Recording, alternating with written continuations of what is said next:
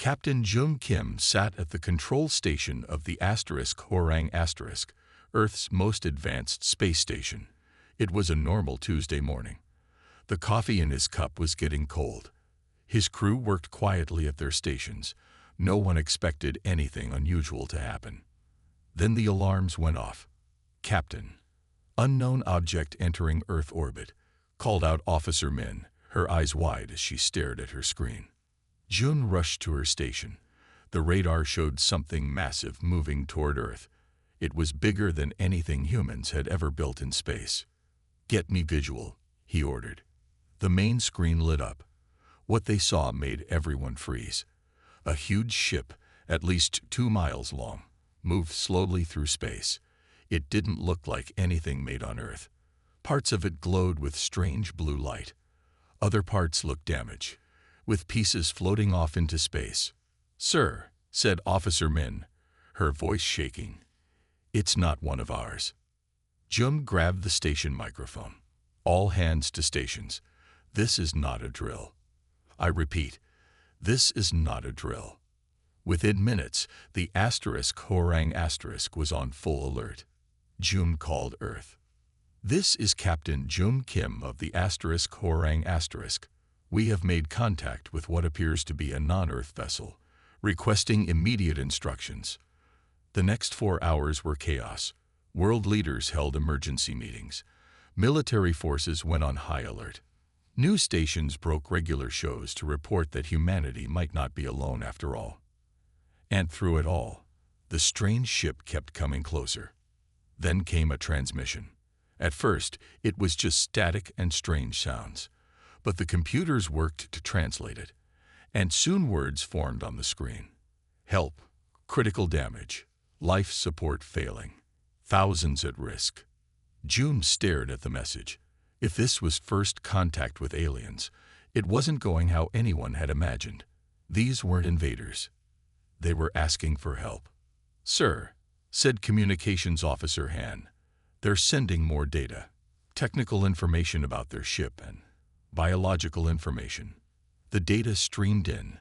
The alien ship was called the Starlight Vessel *. It carried the last 15,000 survivors of a species called the Vera. Their home system had been destroyed when their sun unexpectedly went supernova. They had been traveling for 50 Earth years, looking for a safe haven. Then their ship had hit a debris field that their damaged sensors hadn't detected. Now critical systems were failing. They had days, maybe less, before life support would fail completely. "They're asking if they can land," Officer Han said. June frowned. "Tell them to stand by." Earth's response came quickly. Landing was impossible. The aliens' biology was too different from Earth's. They breathed a mix of gases that would be toxic to humans, and Earth's air would be poison to them. Their bodies were partly silicon-based, unlike anything on Earth. "We need to form a team to help them in space," Jung told his crew. "I'm calling for volunteers." Every hand on the bridge went up. Within 12 hours, the Orang * had docked with the alien ship. June led the first team across, wearing sealed spacesuits. The inside of the alien vessel was strange but beautiful. The walls seemed to be made of a crystal-like material that glowed softly. The corridors were wider and taller than human ones, curving in gentle arcs. They were met by a Vera. At first, June thought it was a robot. It stood nearly 7 feet tall, with a body that looked like polished silver and blue crystal. Then he realized it was wearing some kind of containment suit, similar to their own spacesuits. "I am Tal," came a voice through their communication systems. "I speak for the Vera. Thank you for answering our call." June bowed slightly. "I am Captain Jung Kim of Earth. We're here to help." Tal led them deeper into the ship. "Most of our people are in hibernation chambers. It helps us survive long journeys. But the systems are failing." They entered a vast room filled with thousands of crystal pods. Inside each pod was a Vera, sleeping. Some of the pods were dark. Others flickered with failing light. "Our engineers have been trying to repair the damage, but we lost many of them in the accident," Tal explained. and we lack the raw materials we need. Dr. Hassan, Earth's top expert in alien biology, a job title that hadn't existed until yesterday, studied the data from her lab on Earth. Their hibernation systems are fascinating, she told the emergency United Nations meeting. They use a crystalline fluid that serves as both blood and preservation medium. But their ship's ability to maintain the right temperature and pressure is failing. Can we fix it? Asked the Secretary General. Ha shook her head. Not with current Earth technology. We don't have the right materials or knowledge. The room grew quiet. Humanity's first contact with aliens might be watching them all die. Then a voice spoke up. It was Park Da, head of Korea's largest technology company. What if we build new systems? Not trying to repair theirs, but making something new that can do the same job. Dr. Ha looked doubtful. We'd need to invent technology we don't have, and do it in days. Then that's what we'll do, said Park. My company will dedicate all resources to this. Within hours, the largest international cooperation effort in human history began. Companies that had been rivals now worked together. Countries shared technology and resources without hesitation. The best minds on Earth focused on one problem: how to save the Vera. On the alien ship, Jun and his team worked closely with Tull and the conscious Vera. They learned about each other as they fought against time. Your people are so different, Tal said, watching the humans work. You argue constantly. You do things in ways we would never think of. But you work with such passion. Jun smiled inside his helmet. Humans are stubborn. We don't like to fail. Back on Earth, Dr. Hay made a breakthrough. Their crystalline fluid needs very specific conditions. We can't replicate it, but we might be able to build containment systems that maintain those conditions. Park Da's factories worked around the clock. Other companies joined in. Parts were manufactured in Korea, then shipped to assembly plants in China. American software engineers wrote programs to control the new systems. European scientists developed new materials that could handle the extreme conditions needed. Jun didn't leave the alien ship. He slept in short naps, then went back to work. The Vera who were still awake did the same.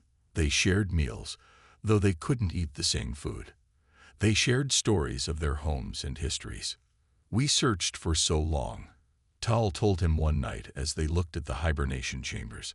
More were going dark each hour. We never expected to find help like this. Jun watched her face, or what he thought was her face behind her containment suit. It was hard to read alien expressions, but he thought she looked sad. We'll save them, he promised. On the 5th day, the first prototype systems arrived from Earth. They looked crude next to the elegant Vera technology, but they might work. Human engineers in spacesuits worked alongside Vera technicians to install them. The first system failed immediately. The second one worked for an hour, then overheated. We're running out of time, Tal said. Her voice was weaker now. The Vera were rationing their own life support to keep the hibernation chambers going as long as possible. Jun called Earth. We need those systems now, and they need to work. Dr. Ha's voice came back, tired but determined. The third version is on its way up. We've solved the heating problem. It should work. Hours later, the new systems were being installed. Jun helped connect power lines while Tal directed her technicians. Life signs stabilizing in Section 1. Called a human engineer. Jun felt hope for the first time in days. They might actually do this. Then the ship shuddered. Alarms blared. Power surge. Tal shouted. The main grid is failing. Without power, all the hibernation chambers would shut down. 15,000 Vera would die in minutes. Jun made a decision. Connect to our ship's power systems. That would drain your vessels completely, Tal said. You would be stranded. Jun looked at her. We can send more ships. We can't replace lives. He gave the order. One by one, the human ships docked with the alien vessel turned off their engines and diverted all power to the Vera systems. The hibernation chambers stabilized. The new human-made systems came online fully. In the main control room, Jun watched as the emergency lights switched to normal ones. The crisis was passing. Tail stood beside him. For a moment, neither spoke. "Your people did the impossible," she finally said. "You built technology you never had before. You risked your lives for strangers." June smiled. "That's what humans do at our best. We help." As Earth's ships went dark one by one, giving life to the alien vessel, the first chapter of humanity's greatest story was being written in the stars. The world changed overnight. News of the alien ship spread everywhere. People looked up at the sky, knowing that for the first time, humans were not alone. Park Dai stood in his factory, surrounded by workers and machines. 3 days ago, this place had made phones and computers. Now it made parts for alien life support systems. "How many have we finished?" he asked his lead engineer. 57, she replied. "We need at least 300 more." Park nodded. He hadn't slept in 2 days. None of his workers had complained about the long hours. They knew what was at stake. "The Americans have sent their designs for the coolant system," the engineer said, showing him a tablet. "It's better than our version." In the past, Park might have been upset that another company had a better design. Now he just nodded. "Put it into production immediately." Across the world, the same scene played out. Companies that had once been fierce rivals now shared all their knowledge freely. Countries that had not trusted each other now worked side by side. A month ago, these atmospheric regulators had not existed even as an idea. Now they were being built by the hundreds. Park's phone rang. It was Dr. Lee Won from Mesa. "We have a problem with the radiation shielding," she said without greeting. "The material isn't working as well as we hoped." Park frowned. The Vera ship had lost much of its radiation protection in the accident. Without proper shielding, the alien hibernation chambers would fail even with the new atmospheric systems. "What do you need from us?" he asked. "We need your new crystal growth technology," she said.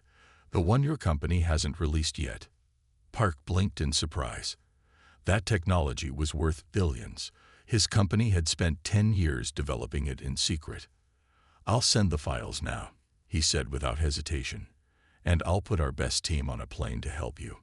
In space, Captain Jum Kim was learning just how different the Vera were from humans. He sat with Tall in what she called the memory chamber, a room where holographic images showed the Vera homeworld. It was beautiful and strange. Tall crystal towers rose from a purple ocean. The sky was green instead of blue. 6 moons hung in the sky. "It was called Vea," Tal said. Her voice was sad. "It was our home for 20,000 of your Earth years." "What happened?" June asked gently.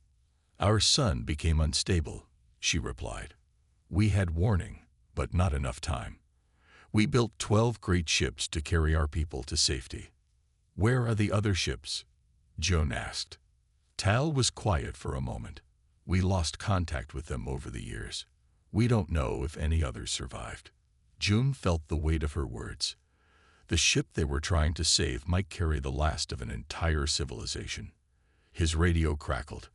"Captain, we have a situation in Section 4. It was Officer Min's voice.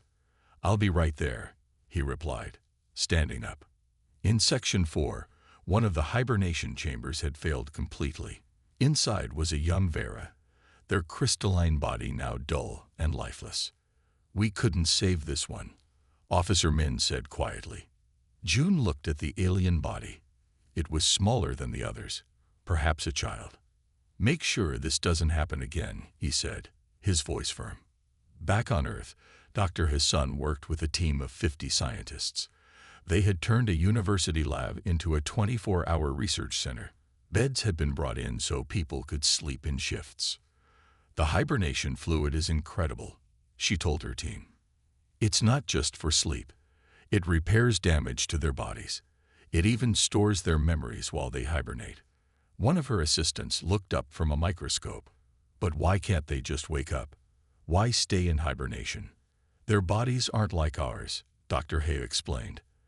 They need very specific conditions to function outside hibernation. Special gases, certain radiation levels, precise temperature. Only a few can stay awake at once using their special suits. The rest must hibernate until they find a new homeworld. The assistant frowned. So Earth can never be their home. Dr. Ha shook her head. Not unless we completely changed our atmosphere. But we can help them repair their ship so they can continue their journey. The days passed quickly. On the 6th day, a huge cargo ship was launched from Earth, carrying the first batch of completed systems. It docked with the alien vessel the next morning. Jun met the delivery team. Is this everything? The team leader shook her head. Just the first batch. More are coming tomorrow. Jun nodded. Let's get them installed right away. The work was difficult. Human tools didn't fit alien technology. The Vera who were still awake helped as much as they could, but they were growing weaker as they diverted more of their resources to the hibernation chambers. Tail worked alongside Jun, connecting the new atmospheric regulators to the ship's power grid. Your people have done more than we could have asked for, she said. Jun wiped sweat from his forehead inside his helmet. We're just getting started. On Earth, Park Dae received a call from the President of Korea. The United Nations Security Council is meeting in 1 hour, the President said. They want to hear from you directly about the project's status. Park looked around his factory. Workers rushed back and forth. Machines hummed. New parts came off the assembly line every few minutes. I'll tell them the truth, he said. We're making progress, but we need more time. The UN meeting was tense. Some countries were worried about giving so much new technology to aliens they knew almost nothing about. How do we know they won't use these systems against us once their ship is repaired? Asked one representative. Park stood before the world's leaders, wearing the same work clothes he'd had on in his factory. I have spoken with Captain Kim every day, he said. He has lived among the Vera for a week now. They are refugees, not invaders. And even if they wanted to harm us, they simply don't have the strength. Most of their people are asleep. The few who are awake are barely surviving. He showed them pictures from the ship, hibernation chambers going dark. Vera technicians working until they collapsed from exhaustion. Human engineers sleeping in shifts on the floor. This isn't about politics, Park said. This is about saving lives. If we let these people die when we could have saved them, what does that say about humanity? The room was quiet after he finished speaking. Then, one by one, the representatives nodded. Continue your work, the Secretary General said. You have the full support of the United Nations. In space, more deliveries arrived daily. Human-made parts were installed throughout the alien ship. Some worked perfectly. Others failed and had to be redesigned. But slowly, the number of functioning hibernation chambers began to increase rather than decrease. Jun worked with Tel to coordinate the installation teams. They had developed a good system. The humans would handle the heavy work, while the Vera would make the delicate connections to their technology. Your captain seems very capable, Dr. Lee Won said to Officer Min as they took a short break. She had come up from Earth to help install the radiation shielding. Min nodded. He hasn't left the ship since we first docked. He says he won't leave until every chamber is stable. Dr. Lee looked impressed. That's dedication. That's Captain Kim, Min replied with a small smile. On the 10th day, they faced their biggest challenge yet. The central power system of the Vera ship needed to be restarted with the new human components integrated. If it worked, the crisis would finally be over. If it failed, they might lose everything they had gained. Jun stood in the main control room with Tal. Around them, human and Vera technicians made final checks. All systems ready, Officer Min reported. Jun looked at Tal. It's your ship. You should do the honors. Tal seemed to hesitate. Then she reached out and pressed her hand against a crystal panel. It glowed blue under her touch. For a moment, nothing happened. Then, throughout the ship, lights began to come on. Systems hummed to life. The hibernation chambers, now supported by a mix of alien and human technology, glowed with steady blue light. "Power level stable," called out a human technician. "Atmospheric regulation functioning," reported a Vera. "Radiation shielding at full strength," added Dr. Lee. June looked at the status displays. For the first time in days, everything was green. They had done it. Tail turned to him. Her containment suit couldn't hide the emotion in her voice. "You saved us," she said simply. June shook his head. "We did it together." As the news spread through the ship and back to Earth, cheers erupted from both species. Humans and Vera embraced awkwardly, limited by their protective gear, but united in relief and joy. The impossible project was a success. Humanity had delivered. 1 month had passed since the Vera ship arrived in Earth's orbit. The immediate crisis was over, but the work was far from done. In a meeting room at United Nations headquarters in New York, world leaders gathered to discuss the next steps. Giant screens showed live feeds from the alien vessel. "The hibernation chambers are stable," Dr. Hassan reported. "The 15,000 Vera in suspended animation are safe for now." "For now?" asked the Secretary General. Dr. He nodded. "Our emergency systems were never meant to be permanent. We need to help them repair their ship properly if they want to continue their journey." Hark Dai spoke up next. "And we need to consider another option. What if some of them want to stay?" The room grew quiet. No one had seriously considered this possibility. "Their biology is completely different from ours," Dr. Hill reminded everyone. "They can't breathe our air. They can't eat our food. They would need special containment suits just to walk among us." "Then we build them better suits," Park said simply. "Or we build them habitats where they can live comfortably." Up in space, Captain Jung Kim was having a similar conversation with Tal. They floated in an observation room, looking down at Earth. "It's beautiful," Tal said, her voice coming through the translator in June's helmet. "Different from Vea, but beautiful in its own way." "What will your people do now?" June asked. "Continue looking for a new home." Tal was quiet for a moment. "That was always our plan. But now, I'm not sure. Some of us have begun to wonder if the journey is over." Before June could respond, his radio crackled. "Captain, we have a problem in Section 7, said Officer Min. "The new cooling system is showing strange readings." June sighed. Despite their success, small problems kept appearing as human technology tried to work with alien systems. "I'll check it out," he replied. Tail followed him. "I'll come too. My engineers might understand the issue better." They made their way through the ship. After a month, the human crew had gotten used to the strange curved corridors and the soft blue light. Signs in both Korean and the Vera's symbolic language marked different sections. In Section 7, they found a team of human engineers arguing with a group of Vera technicians. "What's going on?" June asked. A human engineer named Jin stepped forward. "The cooling system is functioning perfectly according to our readings, but they keep saying it's wrong." He pointed at the Vera. A Vera technician named Kure made a series of clicking sounds that the translator converted to words. "The system is too efficient," Kure said. "It's cooling the chambers too much. Our people hibernate at a specific temperature. Too cold, and the crystalline fluid becomes too rigid." Jin looked frustrated. "But the specifications you gave us were translated incorrectly," Tal interrupted.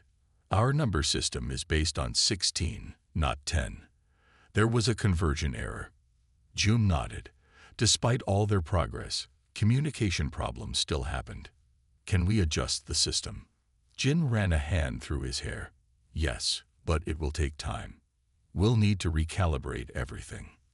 "Then let's get started," Jun said. As they worked, more issues appeared. The radiation shielding worked well, but it interfered with the Vera's communication systems. The atmospheric regulators were stable, but used too much power. Each problem required both human and Vera expertise to solve. The two species had very different ways of thinking. Humans tended to find quick, practical solutions. The Vera preferred careful, thorough approaches. Together, they found middle ground. Back on Earth, Dr. Lee Won worked with a team of engineers to design better containment suits for the Vera. The current suits are bulky and uncomfortable, she explained to Park Da during a video call. They were designed for emergencies, not daily use. How much better can we make them? Park asked. Dr. Lee showed him a holographic model. This new version is lighter and more flexible. It can recycle air for up to a week before needing a recharge, and it includes better translation systems. Park nodded approvingly. How soon can we have prototypes? 2 weeks, Dr. Lee said confidently. The next day, a new fleet of ships launched from Earth. They carried improved systems, more supplies, and teams of specialists. But most importantly, they brought something the Vera hadn't expected: gifts. Children from schools across Earth had sent drawings, letters, and small handmade items. Musicians had recorded songs.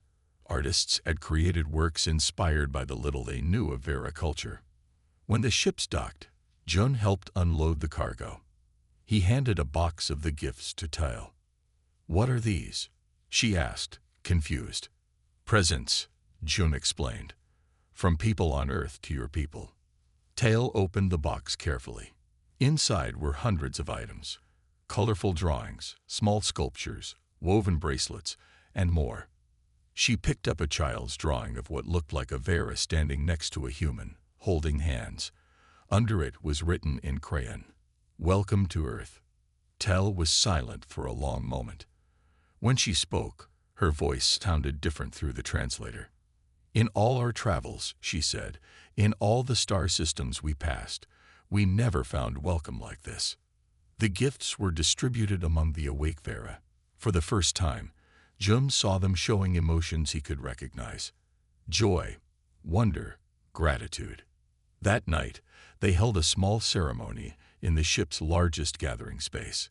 Humans and Vera shared music, stories, and food, carefully prepared to match each species' biology. "We should wake more of our people," a Vera elder named Mal suggested to Tal. "Not all, but some. They should experience this." Tal nodded. "I agree, but we must be careful. Each awakened Vera puts more strain on our resources." "We can help with that," Jun offered. "We're building better support systems every day." Over the next week, 50 more Vera were carefully awakened from hibernation. They were confused at first, expecting to see a new home world. Instead, they found their ship in orbit around an alien planet, kept running by technology from a species they had never met before. One newly awakened Vera, a scientist named Pell, was especially interested in human culture. "Your species is so young compared to ours," Pell told Dr. He during a video call. "Yet you've accomplished so much." Dr. He smiled. "We have a lot to learn from you too." "Perhaps we can teach each other," Pell suggested. That idea quickly grew.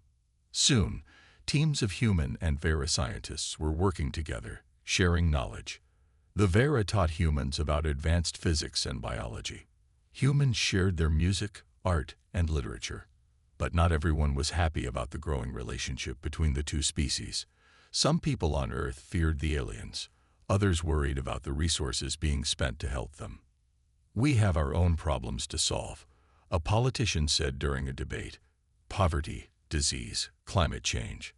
Why are we spending billions to help aliens?" The debate raged on news channels and social media. Most people supported helping the Vera, but a vocal minority disagreed. Jun watched these debates when he could, during his rare breaks. After nearly 2 months in space, he was tired. But he refused offers to return to Earth for rest. "My place is here," he told Officer Min when she suggested he take a break. "We still have work to do." The biggest challenge remained: helping the Vera either repair their ship completely so they could continue their journey, or helping them build a permanent home near Earth. A survey team of humans and Vera had been sent to Earth's moon to see if it could be transformed into a suitable habitat. Another team was studying Mars. Neither seemed promising without major changes. We could build space stations, Park Da suggested during a planning meeting, custom-made for Vera biology. That would take years, Dr. Lee pointed out, and enormous resources. We have the technology, Park insisted, and with the Vera's help, we could do it faster than you think. As the debates continued, an unexpected message arrived from deep space. The humans' improved communication systems on the Vera ship had picked up a signal. June was in the control room when it came through. At first, it was just static. Then patterns emerged. It's using Vera communication protocols, Tal said, her voice excited. It's one of our ships. The message clarified. Another Vera vessel had survived. It was still 2 years away at its current speed, but it was coming. The news spread quickly through both the ship and Earth. Suddenly, the stakes were higher. It wasn't just 15,000 Vera they were helping, but potentially thousands more. As June shared the news with Earth, he felt a mix of emotions. Joy that more Vera had survived. Concern about the challenges ahead. But mostly, pride in what humans and Vera had accomplished together. We'll be ready when they arrive, he promised Tal. Whatever you decide, to stay or continue your journey, we'll help make it happen. Tal placed her hand against the glass of her containment suit, a gesture June had learned was a sign of deep respect. Our journey brought us to the right place, she said, not just to any intelligent species, but to humanity. Perhaps that was our true destination all along. 1 year had passed since the Vera ship first entered Earth's orbit. What had begun as an emergency rescue had become the greatest cooperative project in human history. The alien vessel no longer looked damaged. New sections built by humans had been added to the original structure. Solar panels stretched out from one side, gathering energy from the sun. Communication arrays pointed toward deep space, staying in contact with the second Vera ship that was still on its way.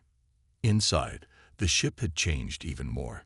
Areas that once held only hibernation chambers now included meeting rooms, laboratories, and living spaces.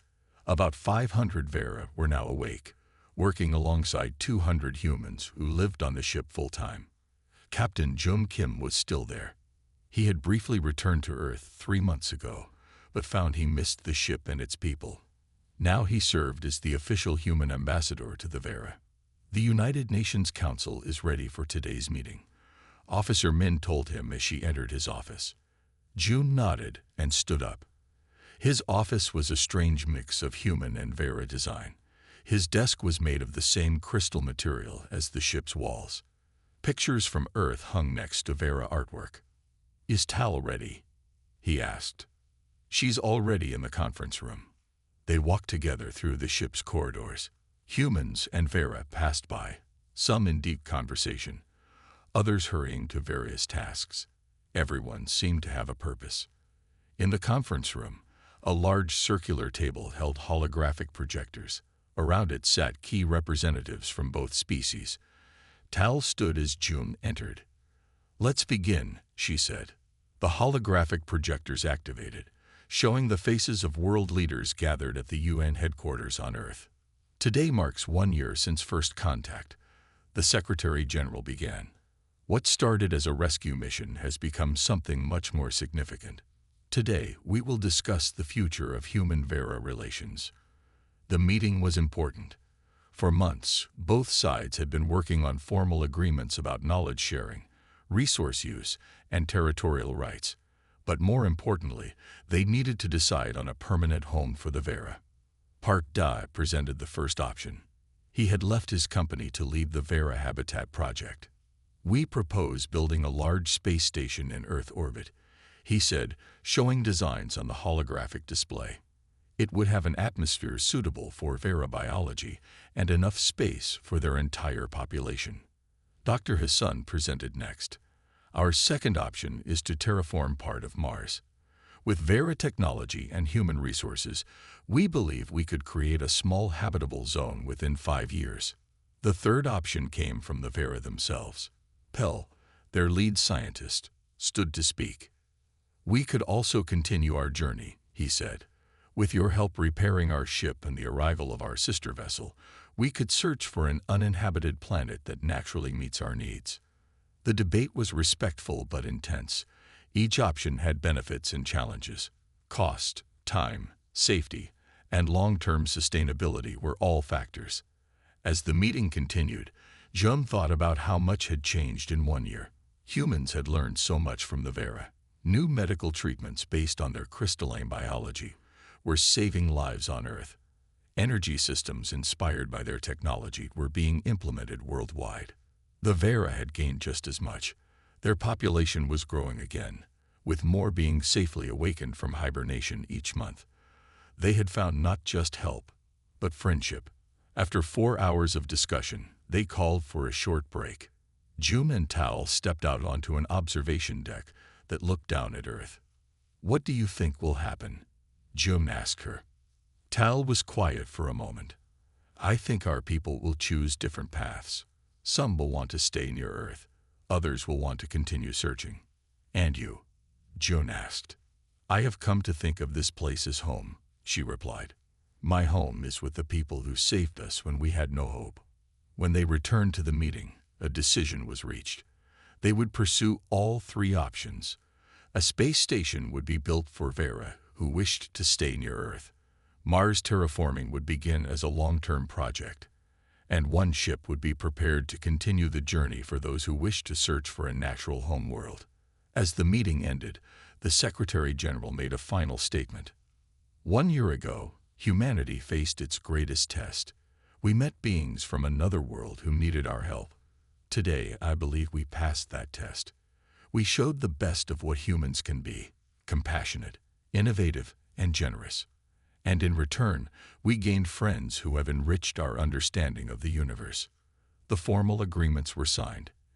It was a historic moment for both species. That evening, a celebration was held throughout the ship and on Earth.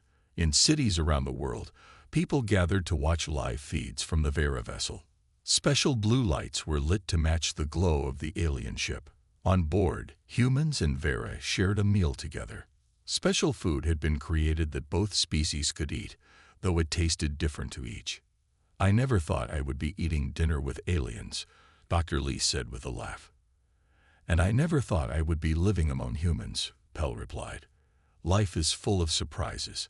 After dinner, there was music. Human musicians played alongside Vera, who used strange instruments that created sounds no human had heard before 1 year ago.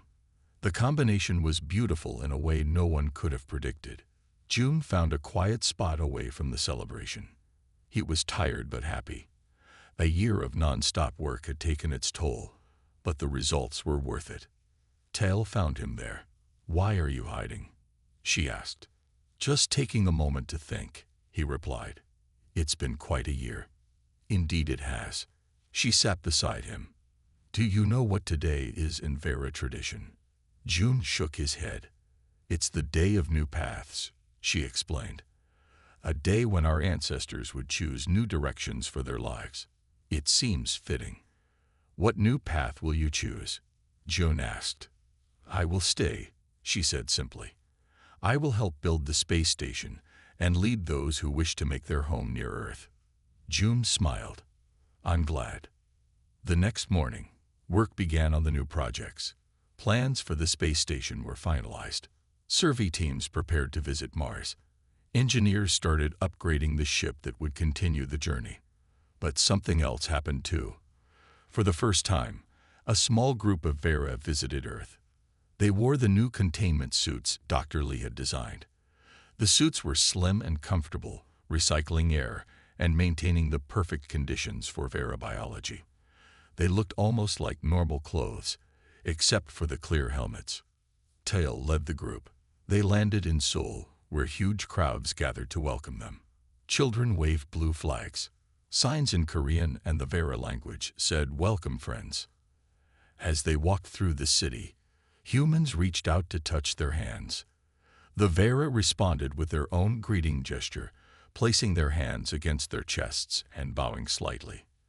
They visited schools, hospitals, and research centers. At each stop, they shared knowledge and stories. Children asked questions that made the adults laugh. "Do you have pets on your planet?" Can you teach me your language? Does your food taste good? The Vera answered patiently, their translators converting their clicks and whistles into human languages. The visit was broadcast worldwide. People everywhere watched as the first aliens walked on Earth soil. It was a powerful moment of unity for humanity. Old conflicts seemed small compared to the wonder of meeting beings from another world.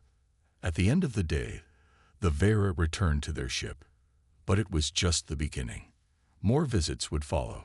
Human scientists would travel to the alien vessel. Knowledge would continue to flow both ways. 6 months later, construction began on the Vera space station. It would take years to complete, but when finished, it would be a permanent home for thousands of refugees who had found friendship among the stars. The second Vera ship arrived 2 years after the first. It carried 12,000 more survivors. They were amazed to find their companions not just alive, but thriving in partnership with humans. And 5 years after first contact, the first joint human-Vera mission left the solar system. Their ship carried members of both species, working together to explore the galaxy. Their mission was peaceful, to search for other civilizations that might need help, just as the Vera once did. Captain Jung Kim stood on the observation deck of the new space station, watching the exploration ship depart. Beside him stood Tall, now the leader of the Vera who had chosen Earth as their new home.